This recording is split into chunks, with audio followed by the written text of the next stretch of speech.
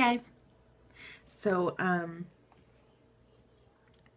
here with an exciting update. Okay, where do I begin? Today is cycle day 29. And okay, so I think our last updates I updated a couple days in a row because I was getting like stronger and stronger OPKs. So like one day I'd be like, oh my gosh, it's positive, and then the next day I'd be like, oh my gosh, no, that's positive. So I stopped updating for a while because I felt like it was, I don't know, getting a little silly to update every day and be like, no, wait, now I'm ovulating. And I think, I can't remember if the last time I put one up was on Saturday or Sunday. Anyways, so I got it's hard to tell. I think I got a positive OPK on cycle day 23. If you hear Claudia, she's in her high chair. I gotta go get her in a second. So on cycle day 23, on a Friday, I think I got a positive OPK. It could be one shade lighter. I can't really tell. They're almost the same color. I think they are the same color, but subsequent days were much more positive than that. So I'm not even sure if I should count it as a positive, but in my opinion, they were the same color. And then, so that was on a Friday. Then on Saturday, April 4th, I got a very strong positive where the control line was darker than the test line was darker than the control line. I had egg white CM.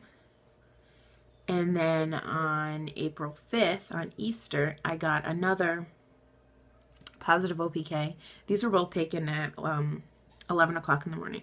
I got another positive OPK where the test line was darker, like blaringly positive, where the test line was darker than the control line. So, I had some egg white CM and some cramping on Easter, and I just knew. I was like, for whatever reason, and it wasn't even like I felt it in my body. I just knew that I was going to ovulate on Easter. I just had a hunch. I had this feeling that everything was going to fall into place and Easter was going to be the day that I ovulated. I just knew that. So I continued to, and Easter was also my lowest temp at 96.98. My lowest non-AF temp, because when I have AF, my temperatures are really low for whatever reason, and then they go back up to a normal range. So my lowest non-AF temp thus far.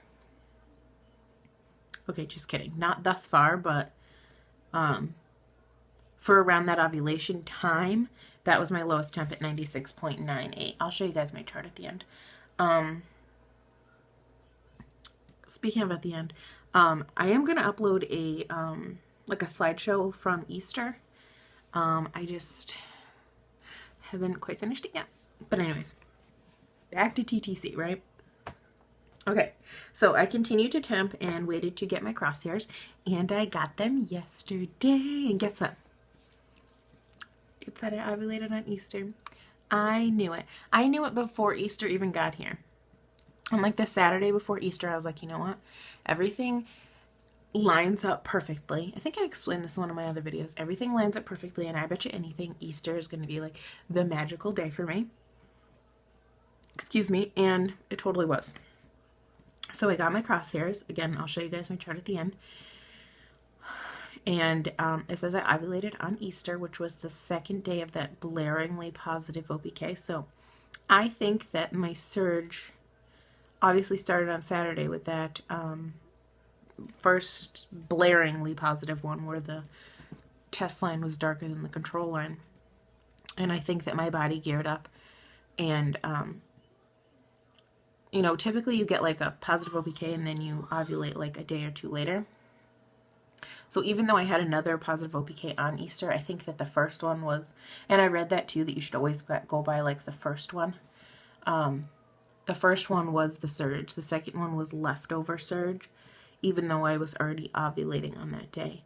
And I heard that there are lots of reasons that that could happen. I could have ovulated 2 eggs, which I was cramping on both sides, to be completely honest. So